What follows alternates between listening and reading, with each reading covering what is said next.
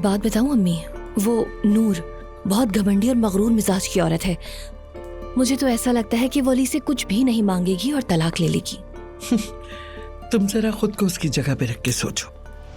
अगर तुम्हारा शौहर किसी दूसरी औरत के लिए धोखा दे तुम्हें, तो क्या तुम अपने शौहर को आसानी से जाने दोगी, उससे कुछ भी लिए बगैर? वैसे अल्लाह का शुक्र है, अगर उसका बच्चा मरा ना होता तो तुम्हारे सर पर एक और मुसीबत होती। क्या चल रहा है?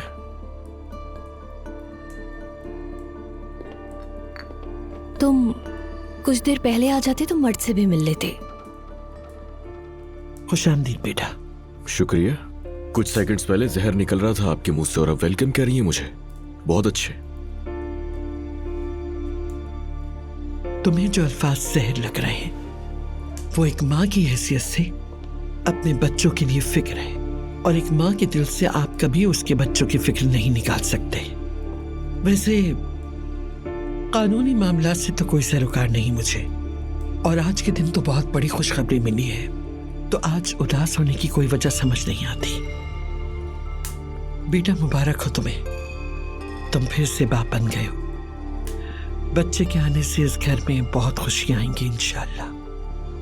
अम्मी, इससे पहले कि अली आपसे कहे, मैं आपसे कुछ कहना चाहती हूँ। प्लीज अकेला छोड़ दीजिए हम दोनों को।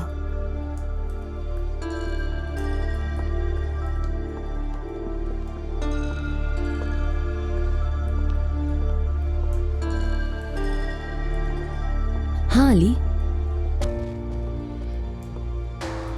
तुम्हारे और नूर के मामला ठीक हुए हैं या नहीं? क्या हुआ? कबूल किया तुम्हें या फिर छोड़ दिया, या फिर मुझे तुम्हारे साथ देखना दोबारा बर्दाश्त करेगी? क्योंकि अब तो वैसे भी मैं उसके लिए दूसरी औरत जो हूं। बात सुनो अलीना, नूर और अपनी गॉसिप देने के लिए नहीं आया हूं मैं, सिर्फ तुम्हें पूछने के लिए आया हूं यहाँ पे। वाकई? मतलब ये कि हमारा दूसरा बच्चा तुम्हें मेरे पास खींच लाया है? तुमने तो वाकई मुझे हैरान कर दिया है। काफी इंप्रेसिव हो तुम। तुम प्रेग्नेंट हो भी या नहीं? ये बेकार है सब। बाज़ औक़ात ये टेस्ट गलत ही आते हैं। तुम तो दिल से चाहते हो कि ये गलत साबित हो।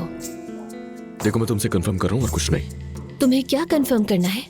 झूठ है क्या ये? सच बताओ मुझे, ये हकीकत है या झूठ बोला है तुमने? ओह अच्छा, उसके बाद हमारा ख्याल रखोगे?